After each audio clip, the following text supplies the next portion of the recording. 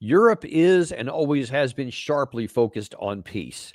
They're rational, they're logical, and they are doing everything necessary to end all these wars. No, I'm just kidding. Actually, they're just doing a lot of crazy stuff that doesn't make any sense. President Trump and his team have put out a 28-point peace plan that has been leaked, and Russians are talking a little bit about it. And there's discussions between Witkoff and several of the Russian interlocutors as they try to find a peace. But now, all of a sudden, the minute that hits public, you have many of the European leaders, especially Kallas, who's basically the foreign minister of the European Union, throwing cold water on that. And we have other members of the European Union that are trying to throw fire on the thing to burn it up with long-range fires. We're going to get into that in a minute. But to try to make some sense out of all of this, we have back with us today Professor Glenn Diesen, professor of political sciences, and also a host of the Glenn Diesen YouTube channel. Professor, welcome back to the show. Oh, thank you so much for having me back. Well, listen, that opening dialogue I was given is what it's supposed to be. That's what Europe is supposed to be about, is to getting rid of conflict and to bringing peace in, to using their history and centuries of, sometimes anyway, of diplomatic capabilities and all this education a lot of these folks have. What is going on with this big-time repudiation of even the possibility of reaching a negotiated settlement with Russia? Well, you're very much correct. Europe is not recognizable anymore. That is, the whole post-World War II European project was supposed to ending wars in Europe by cooperating instead of always going to war and fighting, essentially looking for security by defeating adversaries on the battlefield. This is what we're supposed to end. And but again, from the European rhetoric, it's as Kallas said, there's two goals. First, weaken Russia, and then support Ukraine. This is it.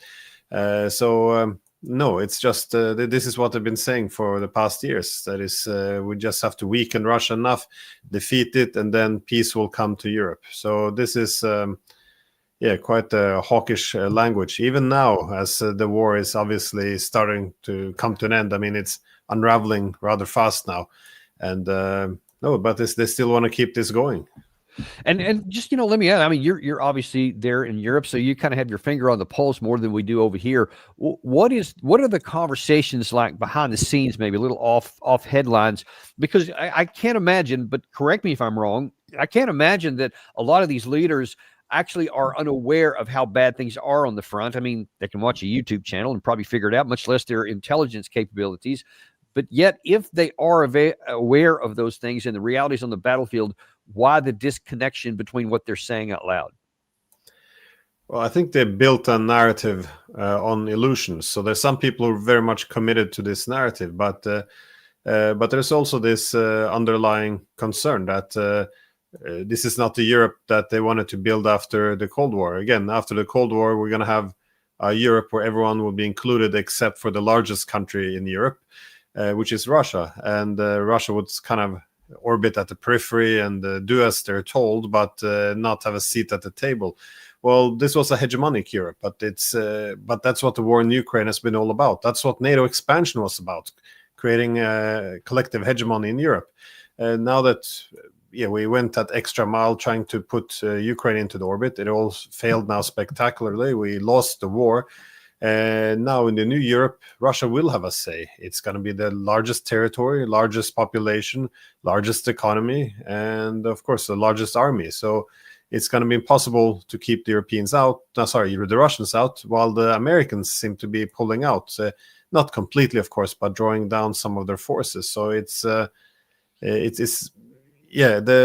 there's so much at stake, I think rationality has kind of been thrown out the window as whatever bad deal there is on the table, and it is a bad deal. So for the Europeans to recognize that this is not an attractive deal, that's true, but that's pretty much where reason ends, because the deal will only get worse every day that passes by. And but Yeah, the Europeans put themselves in this situation. Well, so I agreed, and you mentioned what Kallas said early in this war that was mirrored, maybe even led by Secretary of Defense Lloyd Austin, who said one of America's objectives was to weaken and harm Russia. I mean, that was one of our outright objectives. I'm talking from the first couple of months of the war. Doesn't appear that it's changed any, even under the new administration. And I get it. That's what you wanted to happen. I would have disagreed with it at the time because I didn't think that it was going to be long-term. It was going to be capable because Russia had too many assets and all that we've talked about before. But okay, they thought that, and maybe they wanted to give it a shot. They did. And to me, after 2023, after the offensive that the Western side tried to support Ukraine with, which was a complete and total catastrophe, failure in every level you can even imagine. By the fall, when the last of the steam petered out, and then Russia went on to the offense around October, November of 2023, and that's where they've been ever since then. I really thought that any rational person, however much they hated Russia, however much they wanted that situation to exist that you talk about, to harm Russia, et cetera, how much you wanted that, at that point, you would have had to say, we did our best. We gave them thousands of armored vehicles, millions of shells of all different calibers, et cetera. They didn't work. They lost huge casualties. They just don't have enough. Russia's getting bigger. All right, let's just get this, cut off right here and end the damage. We'll put whatever good spin we want on it, but let's get this over with and move on. That's what I thought was going to happen. But instead, they literally doubled down and just pretended all that didn't happen. I wonder if you can help us understand the thinking. And let's go back to the latter part of 2023 in light of the failed offensive, when they're deciding what they're going to do next. What was the logic in Europe? I think the logic was just continuing to weaken Russia. That was no plan B. But you're very correct. I mean, when once the war began, the Russians were taking a lot of casualties. And by November of 2022, this is when General Mark Milley said, after 9 months of fighting, Russia has now been hurt pretty bad. It's taken losses.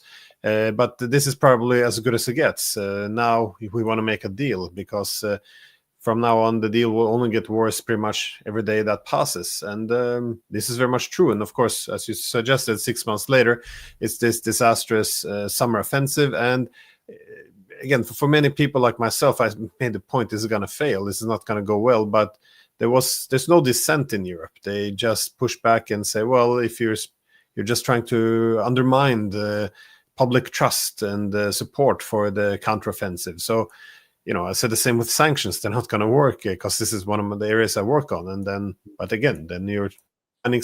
So, only one line is sent. So it's difficult to assess to what extent they actually believe the nonsense that they're all saying. Because if you're not permitted to have any dissent, everyone says exactly the same thing.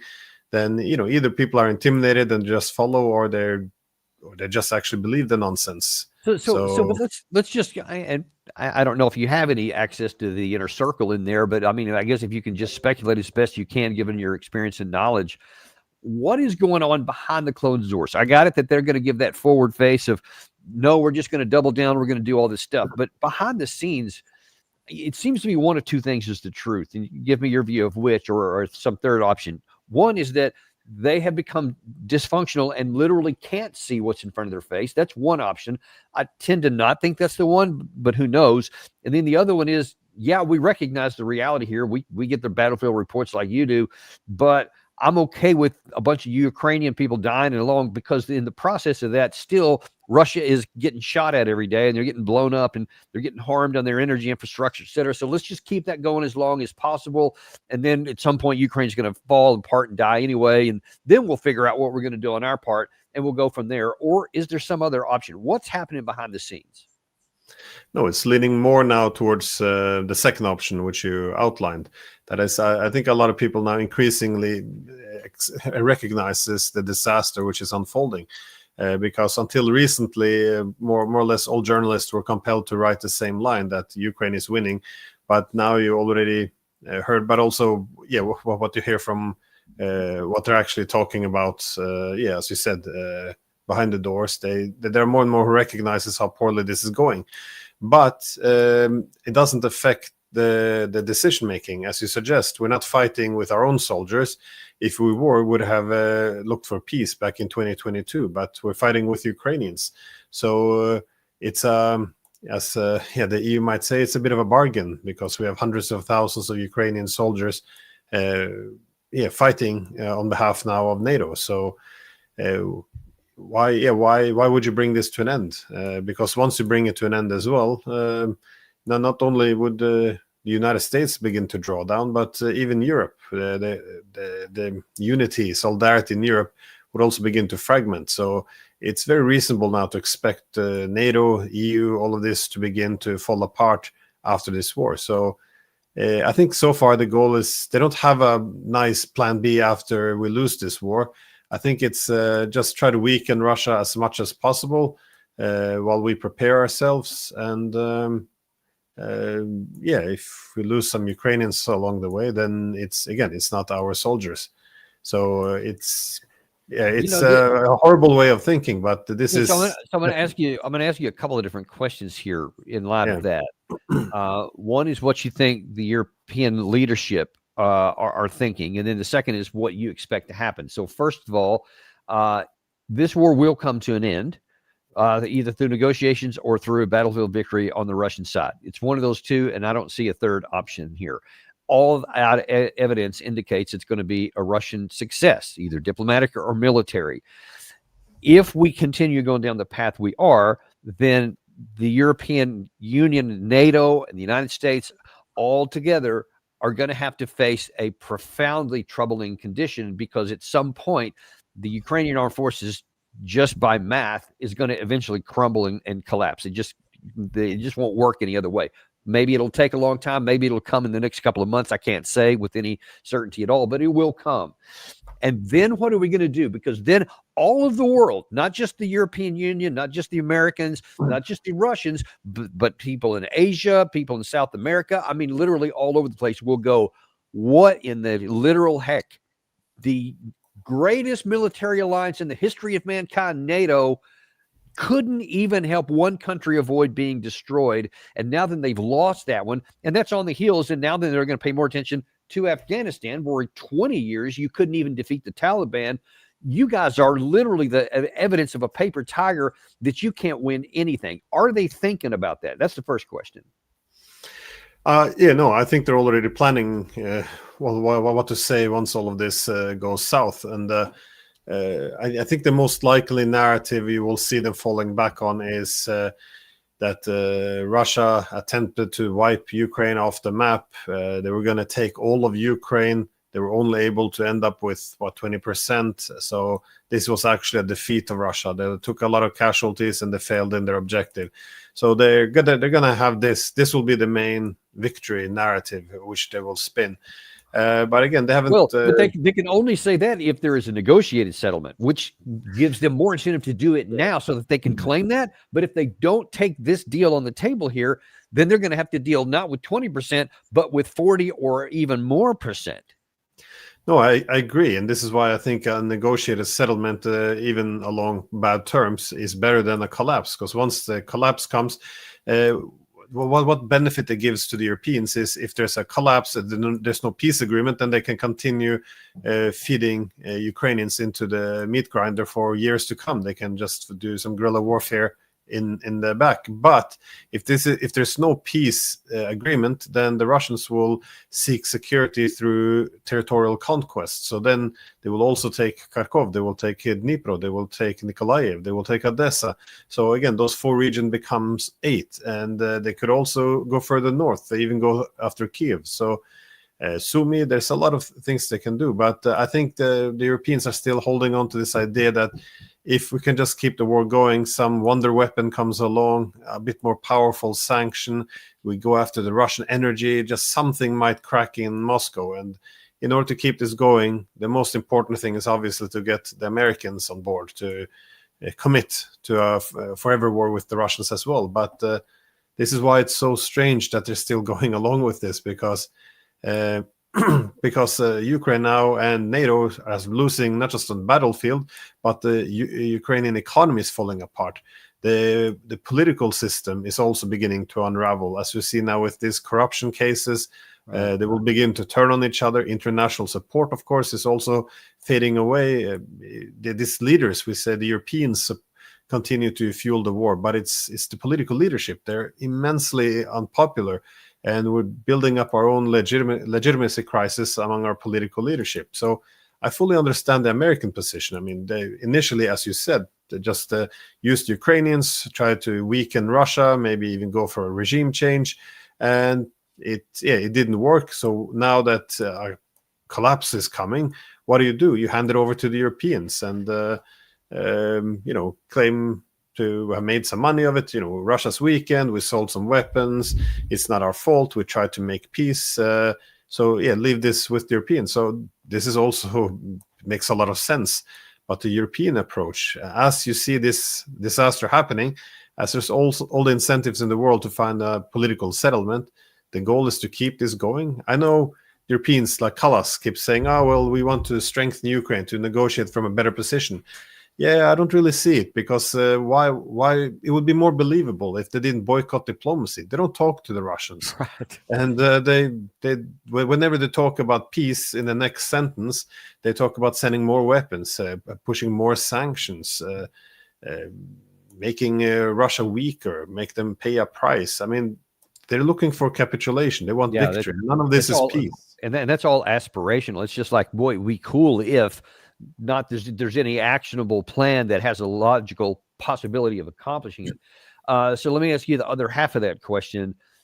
Forget about what the European leaders may want or what their aspirations are. What is your assessment as a European who's also aware of things in Asia and elsewhere in the world, in the event that this collapse scenario does happen, and regardless of whatever spin the West wants to put on it, when you have the smoldering wreckage of the Ukrainian armed forces, or maybe even the Kiev, maybe the regime has fled, etc., and it's very clear that Russia has a military victory, whether that's a year from now, 3 years from now, whatever, what do you think is going to be the results, especially looking at the BRICS conglomerate?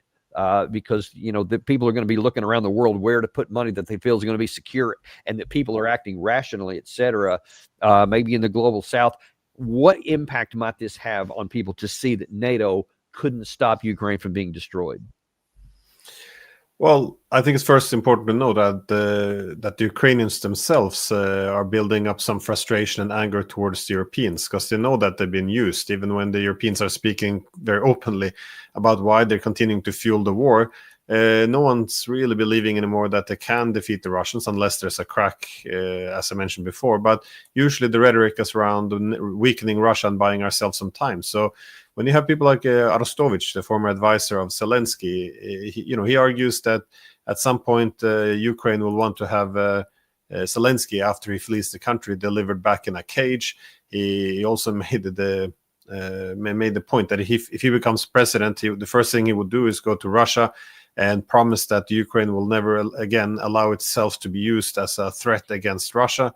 So I think that you could see a stabilization there between the Russians and the Ukrainians. But Europe, I think, is exhausted itself in the larger scheme of things. After World War II, of course, we hitched ourselves to the United States. The US, after World War II, had some very generous trade agreements. We've been able to develop nicely, but at the moment, there's a multipolar system developing. And in this system, the Europeans aren't going to really have a central role, because we cut ourselves off from the Russians. All that energy we got for cheap, all the huge markets which the Russian favored the Europeans, all of this is gone. And then the Americans will also take their focus, their resources, priorities somewhere else.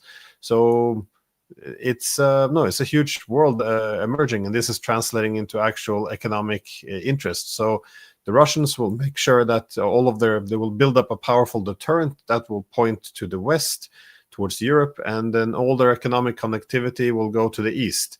So again, all that cheap energy which was supposed to go to Europe, that's going to China now, to India. So the Asian economies will be even more competitive now, while the European economies go south. So there's it's very hard to see what kind of role the Europeans as I understand, you just got back from China, right? It was China?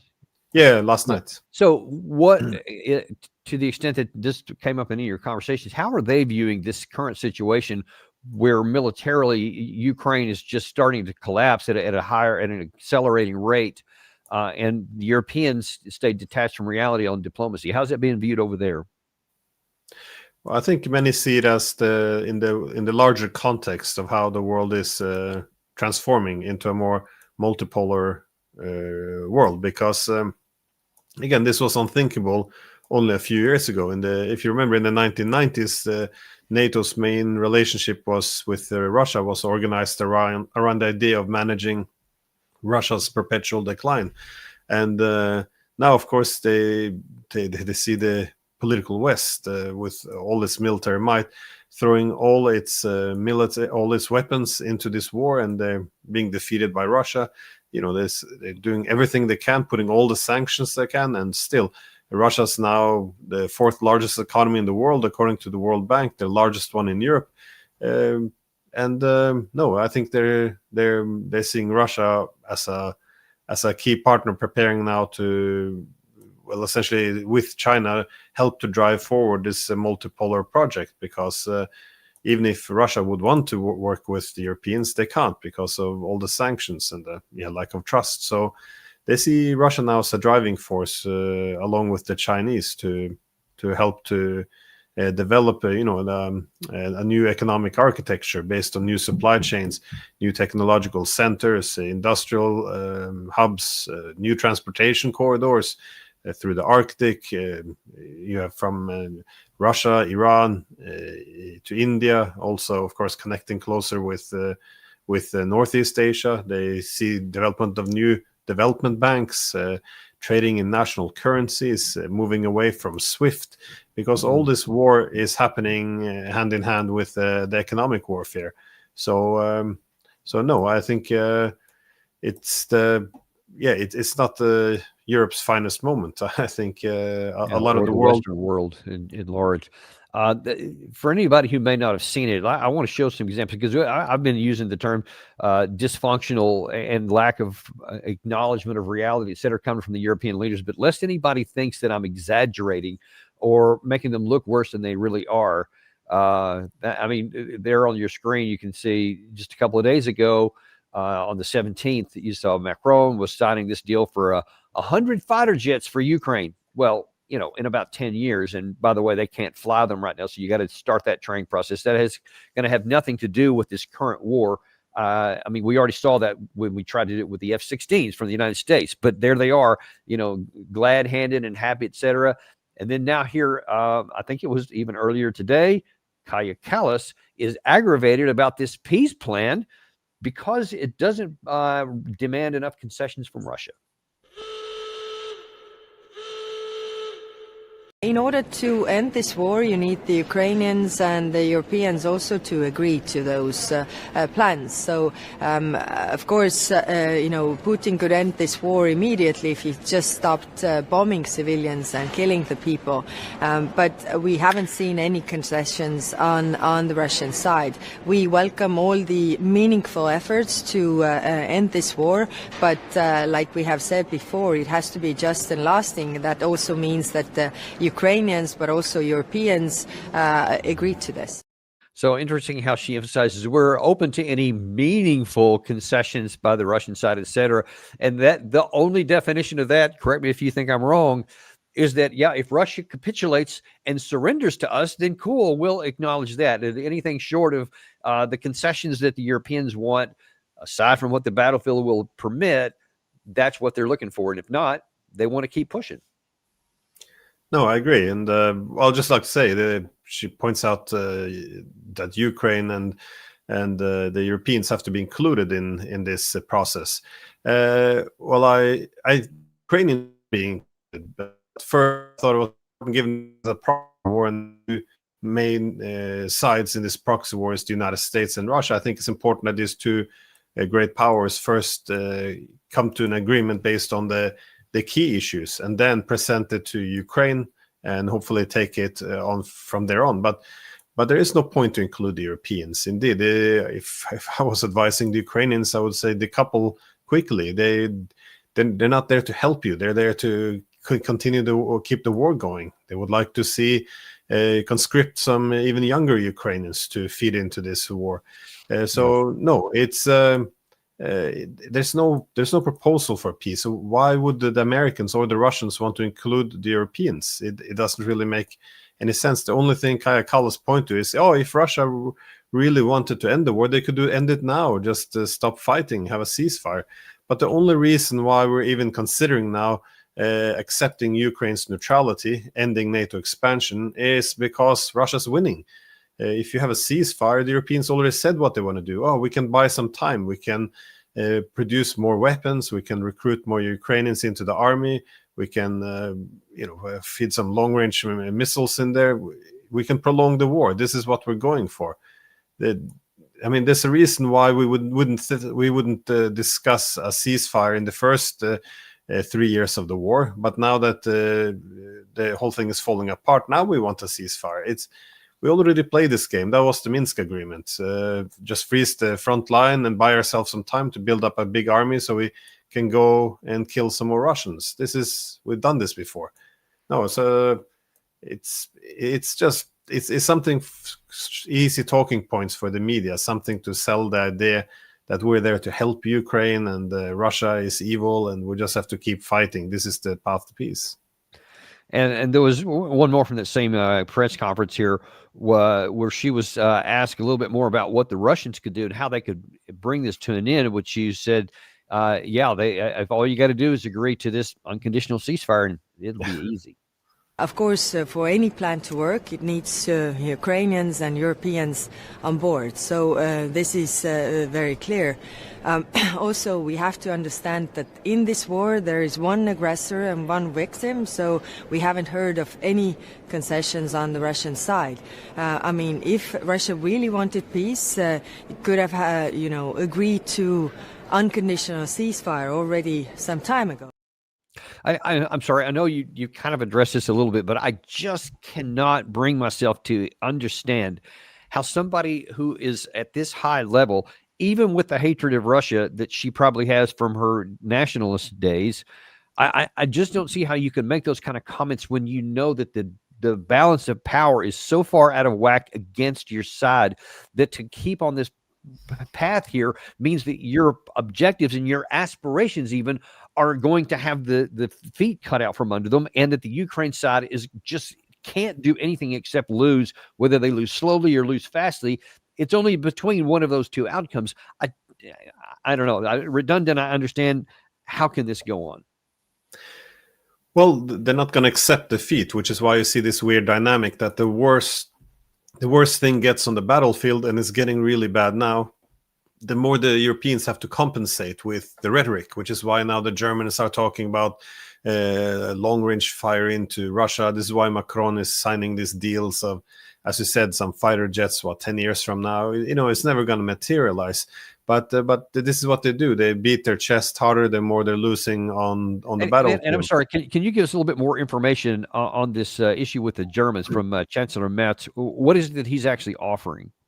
Yeah, it's a bit vague. There hasn't been any commitment yet to the Taurus missiles, because if they come, there's a very good chance that Russia would retaliate directly against Germany. But there's a reason why they start to pledge long-range fire. That is, the Germans want to start striking deeper into Russia. And the reason for this is because the US is pushing this peace plan now.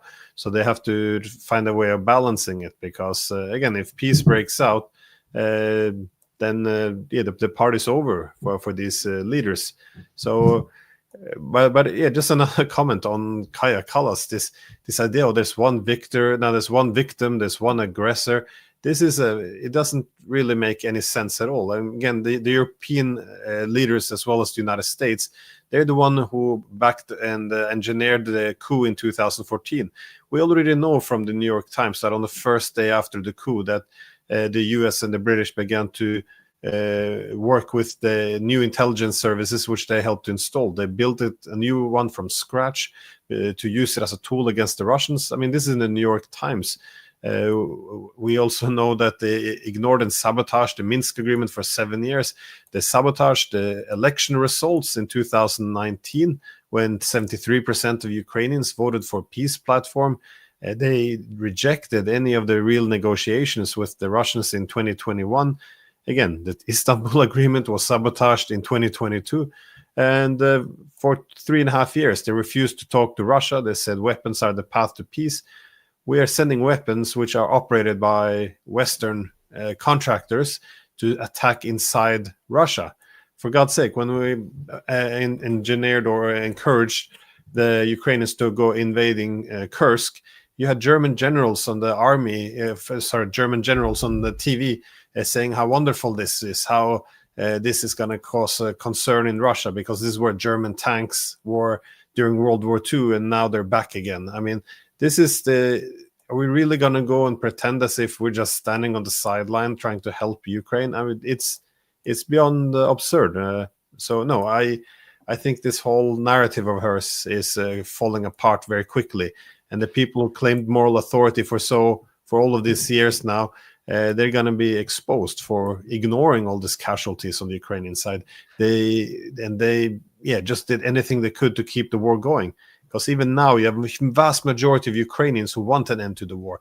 They're ignoring all of them, and they're pretending to help Ukraine. So it's it's theatrics, but it's coming to an end. And speaking of ignoring battlefield reality, which we talked about here, I wonder if in the last bit of time we have here before we let you go, if you could talk about the economic realities that they also didn't talk about with these huge scandals of corruption that now have a number of high-ranking officials very close to Zelensky have actually fled the country and are under investigation for hundreds of millions and, in fact, in some cases, billions of dollars of corruption and stealing money. What is the story there?